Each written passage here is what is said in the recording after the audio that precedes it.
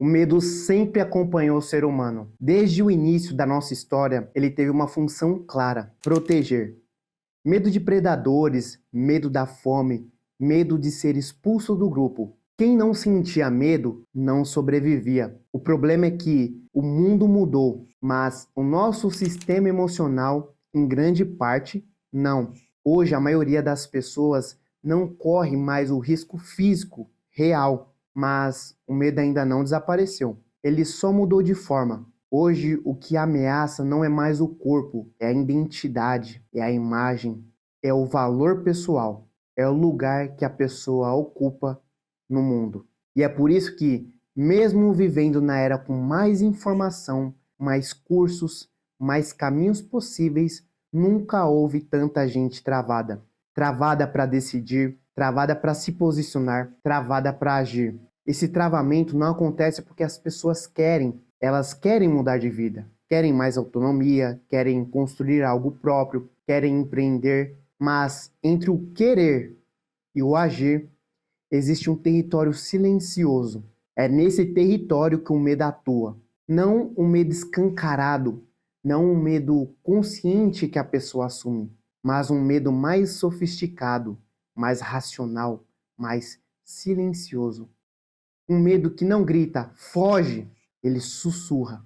Espera mais um pouco, ainda não é o momento. Melhor se preparar melhor.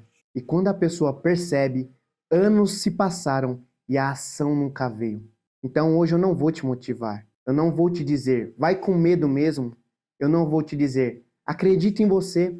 Eu não vou te entregar frases prontas para aliviar a consciência. Hoje eu vou fazer algo muito mais sério. Eu vou te mostrar, com base em psicologia do comportamento e estudos científicos, como o medo funciona de verdade. Não como emoção solta, mas como um sistema que interpreta a realidade, protege a identidade e, muitas vezes, bloqueia a ação. Porque quando você entende o sistema, você para de se culpar. E quando você para de se culpar, você começa a se enxergar com clareza. E clareza é poder. Não é como vencer o medo, é como entender o medo de um jeito tão claro que você se percebe de maneira diferente e enxerga exatamente onde está travando. E quando você enxerga o ponto de travamento, você ganha uma coisa que a maioria nunca tem: consciência operacional. Vamos começar? Então, a regra de ouro. Antes de entrar no conteúdo, eu preciso estabelecer uma regra. Quando eu falar de medo aqui, eu não estou falando de coragem, de fraqueza, nem de personalidade. Eu estou falando de medo como um sistema psicológico. Um sistema que funciona assim: intenção, ameaça percebida, medo, evitação, procrastinação. Guarda essa sequência. Muita gente acha que medo é irracional, mas na maioria das vezes, medo é uma interpretação lógica dentro de um sistema que está tentando te proteger. O problema é que ele protege uma coisa específica. Ele protege o seu eu, a sua identidade, o seu valor, o seu status, o seu lugar no mundo. E é por isso que ele não aparece quando você deseja. Ele aparece quando você vai agir. Agora a gente vai construir isso passo a passo. Por que querer é fácil? Vamos começar pelo começo. O desejo. Eu quero empreender. Eu quero sair do CLT. Eu quero liberdade, eu quero autonomia. Ótimo! Agora eu vou te perguntar uma coisa. Por que esse desejo é tão comum? Por que desejar é psicologicamente barato? Eu vou te dar uma analogia simples. Imaginar que você vai começar a academia sentado no sofá. É delicioso. Você se vê com um corpo melhor, você se vê com um resultado, mas enquanto você imagina, o músculo não dói, você não falha, ninguém te avalia, não tem esforço, não tem risco. No empreendedorismo é igual. Enquanto você só deseja, o seu cérebro está em um modo seguro. E isso tem uma explicação psicológica muito importante. Quando você está só desejando, você ainda não está diante de uma ameaça concreta. Você não se expôs, você não colocou dinheiro, você não colocou seu nome, você não pediu nada para ninguém. Você não recebeu um não, você não foi ignorado. Então o seu sistema emocional fica quieto. E aqui nasce o primeiro erro que faz muita gente se perder. A pessoa confunde desejo com prontidão. Ela pensa, se eu quero muito, eu deveria agir. Só que querer não exige enfrentar nada. Ação sim exige. E a grande virada acontece exatamente aqui. O medo não nasce do desejo. O medo nasce do encontro com a realidade. O ponto de virada, a avaliação. Existe uma ideia central na psicologia do estresse e das emoções que é uma das coisas mais úteis para entender o medo. A ideia é simples e poderosa. As emoções não surgem porque algo aconteceu.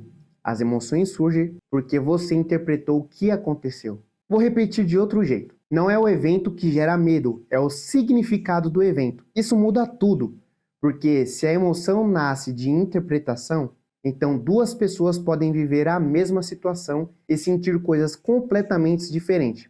Vou dar um exemplo. Duas pessoas vão falar em público. Pessoa A pensa, ok, eu vou falar. Se eu errar, eu corrijo. A pessoa B pensa, se eu errar, eu vou passar vergonha. Vão rir de mim, vão lembrar disso. Eu vou parecer incompetente. Perceba, essa mesma situação, mas o cérebro da pessoa B transformou isso numa ameaça. Lazarus e Folkman explica isso como um processo chamado avaliação. O cérebro faz duas avaliações principais. A primeira avaliação é: isso é uma ameaça para mim? Isso é o que chamamos de avaliação primária. E aqui vem um detalhe fundamental.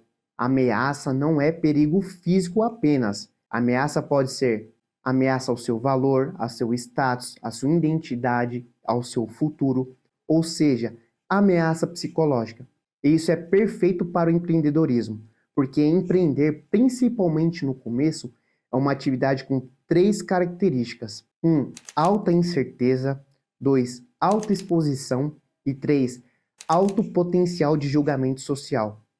Agora pensa, onde a mente humana é mais sensível? No julgamento social. Então, a avaliação primária no empreendedorismo costuma ser: isso pode me ferir. E aí vem uma segunda avaliação, chamada avaliação secundária. Eu tenho recursos para lidar com isso? Essa segunda pergunta é o coração do travamento. Porque se eu interpreto que existe ameaça e eu interpreto que eu não tenho recursos suficientes, então o sistema emocional faz exatamente o que ele foi feito para fazer: gerar medo. Medo não é o problema. Medo é a consequência de um cálculo interno. Ameaça alta mais recursos percebidos baixos é como se sua mente dissesse: isso é perigoso para mim, eu não tenho controle suficiente, então eu vou te puxar para trás. E repare, isso não é irracional, isso é proteção. Agora segura isso aí, porque agora a gente vai conectar com o empreendedorismo de uma forma mais cirúrgica. Porque o medo surge na ação, não no desejo. Agora eu quero que você perceba uma coisa: enquanto você quer empreender, a ameaça é distante, ela é abstrata, mas quando a ação se aproxima, a ameaça fica real. Você não está mais dizendo, um dia eu vou empreender. Você está dizendo, eu vou postar, eu vou vender, eu vou pedir demissão, eu vou investir. E aí o cérebro entende uma coisa: agora tem consequência. E é nesse momento que o medo aparece. E isso explica o fenômeno que você provavelmente já viu. Tem gente que estuda empreendedorismo por anos e nunca começa. Por quê? Porque estudar pode funcionar como uma forma de segurança psicológica. Enquanto você estuda, você sente que está avançando sem se expor. Você sente progresso sem o risco do julgamento. Você sente que está no controle, sem tomar uma decisão real. Então a ação vira um portal de ameaça. E agora a gente entra no medo do fracasso, como os estudos de empreendedorismo descrevem. Fracasso não é evento, é significado. Quando a gente fala de medo no empreendedorismo, o medo mais citado é o medo do fracasso. E aqui entra um ponto central do trabalho de Cacciotti e Renton. O fracasso não é apenas um resultado, o fracasso é um significado. E isso é profundo, então eu vou te mostrar com exemplos. Se eu te disser, seu negócio falhou, uma pessoa pode interpretar assim: ok, eu testei, não deu certo, eu ajusto. Outra pessoa interpreta assim: isso prova que eu não sou capaz, isso prova que eu sou menor do que eu achava, isso prova que as pessoas estavam certas quando duvidaram de mim, isso prova que eu não tenho valor. Percebe? O evento é o mesmo, mas o significado muda tudo. E aí o medo do fracasso não é o medo de perder um projeto, é o medo de perder uma imagem interna. é medo de perder uma identidade. Porque para muita gente, fracassar não é errar. Fracassar é ser.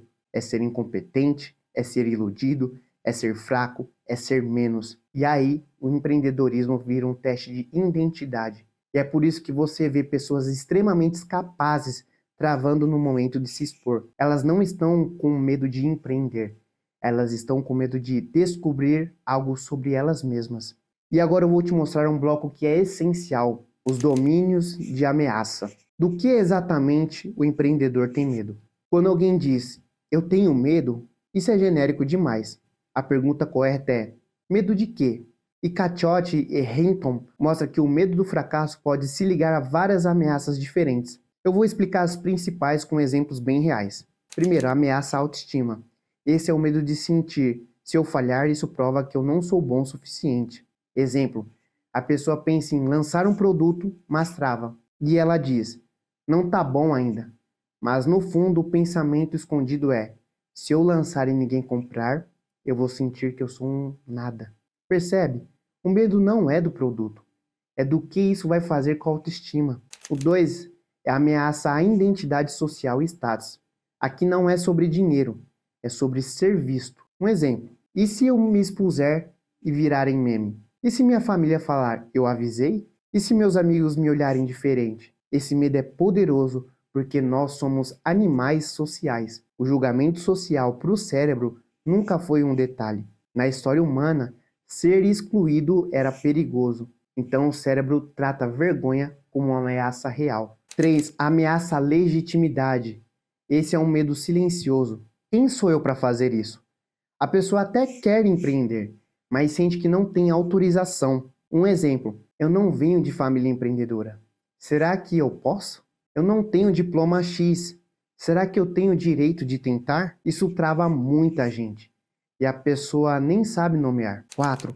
Ameaça à segurança futura. Aqui entra a estabilidade, previsibilidade. Um exemplo, e se eu perder meu salário e não conseguir voltar? E se eu comprometer minha família? E se eu ficar sem chão? Esse medo é mais forte em contextos com instabilidade econômica. Isso conecta com a América Latina. 5. Ameaça ao futuro narrativo.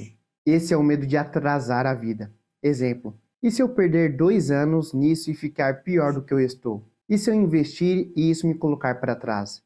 Esse medo é muito comum em adultos com responsabilidades. Percebe o padrão? Em todos os casos, o medo é um sistema de proteção do eu. E agora eu vou te mostrar um refinamento. O medo tem cara diferente em cada país. Tem um estudo muito interessante feito com estudantes em países da América Latina, no caso Brasil, Peru, México e Colômbia, que mostra uma coisa que muita gente ignora. O mecanismo do medo ele é universal, mas o conteúdo do medo é cultural. O estudo mede medo do fracasso em dimensões como medo de vergonha, medo de perder valor aos próprios olhos, medo do futuro incerto, medo de decepcionar pessoas importantes, medo de perder apoio social. E ao que parece é que em contextos como o Brasil, por exemplo, o peso do medo tende a ficar muito ligado a consequências sobre o futuro, instabilidade, reação social e impacto na vida. Isso é contexto real. Num país onde muita coisa é instável, o cérebro aprende a valorizar previsibilidade. Então a ameaça percebida cresce, a ponte entre intenção e ação. Agora eu quero te mostrar um conceito que resolve a pergunta: por que eu quero muito, mas não faço? Eisen, na teoria do comportamento planejado, mostra que intenção é importante, mas não é tudo. Existe um fator que pesa demais: controle comportamental percebido. Traduzindo, o quanto você acredita que consegue executar. E aqui tem um detalhe essencial: não é o controle real, é o controle percebido. Isso explica porque duas pessoas com a mesma capacidade real podem agir diferente. Uma pessoa pensa, eu consigo dar um jeito, eu aprendo no caminho. A outra pensa, eu não tenho recursos suficientes, eu não sei por onde começar, eu vou me expor demais. Quando o controle percebido é baixo, a intenção perde força. Agora preste atenção no que o medo faz. O medo derruba o controle percebido. Como? Ele distorce seu mapa mental. Ele aumenta o tamanho do obstáculo e diminui o tamanho dos recursos. Ele aumenta o custo do erro, ele transforma risco em catástrofe. Exemplo prático. A pessoa vai postar o primeiro vídeo. O obstáculo real é gravar, editar, postar. Mas o medo transforma isso em: se eu postar e ficar ruim, vão me julgar, vão me desrespeitar, eu vou perder valor, eu vou me arrepender. Percebe? O custo emocional explode. E aí o cérebro calcula ameaça alta, controle baixo, resultado? Medo.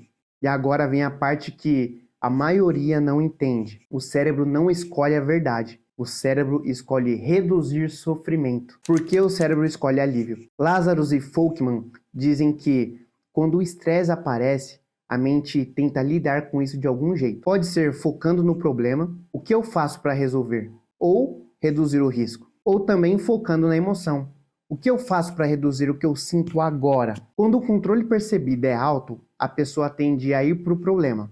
Quando o controle percebido é baixo, a pessoa tende a ir para a emoção. E aqui nasce uma das maiores ilusões do empreendedorismo. A pessoa acha que está tomando uma decisão racional, mas muitas vezes está apenas tomando uma decisão emocional com roupa racional. Por exemplo, ela diz: vou esperar o momento certo, vou estudar mais um pouco, vou me preparar melhor. Isso pode até ser verdade, às vezes, mas muitas vezes é isso aqui: fuga emocional disfarçada de estratégia. Como resultado, isso vira procrastinação.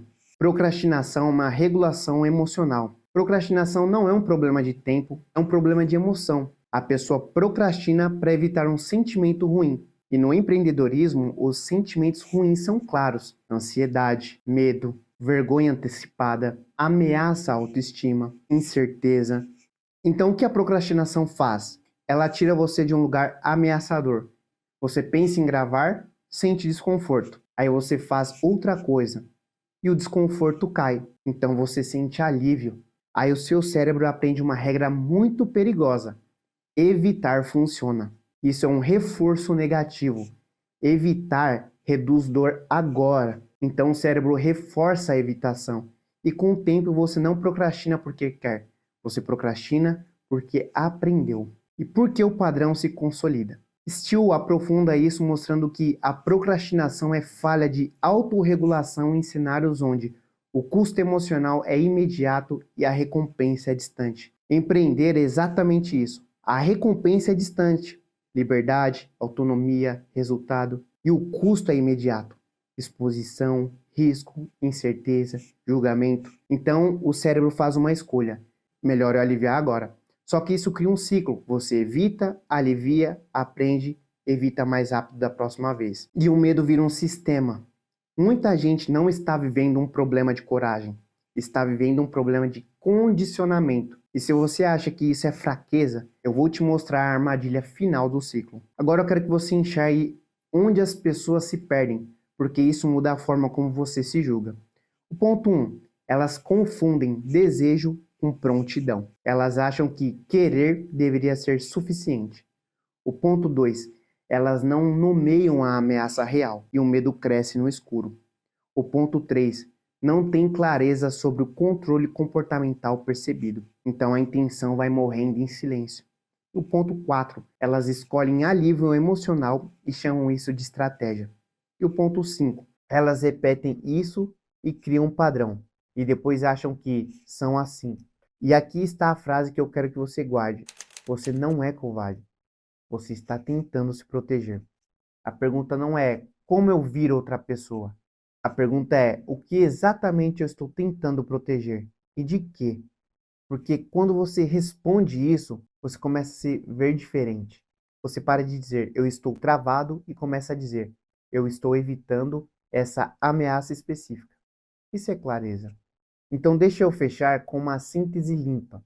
As pessoas não deixam de empreender porque têm medo. Elas deixam de empreender porque, quando a ação se aproxima, elas avaliam a situação como uma ameaça, avaliam seus recursos como insuficiente, e aí o medo emerge e o sistema escolhe alívio de curto prazo em vez de enfrentamento. E isso se expressa como evitação, adiamento, procrastinação. Isso é ciência de comportamento aplicada ao empreendedorismo. E se isso faz sentido para você, eu quero que você faça uma coisa agora. Não tente se convencer com frases, não tente se forçar. Comece com clareza, porque a clareza é o primeiro passo para sair do modo automático. Agora eu quero te perguntar uma coisa, e eu realmente quero que você responda. Qual o tipo de medo mais te trava hoje? É o medo de vergonha? Medo de julgamento? Medo de instabilidade? Medo de decepcionar alguém? Ou medo do futuro incerto? Ou ainda, medo de se provar incapaz? Comenta aqui embaixo. O medo que mais te trava é e complete. A gente se vê no próximo vídeo.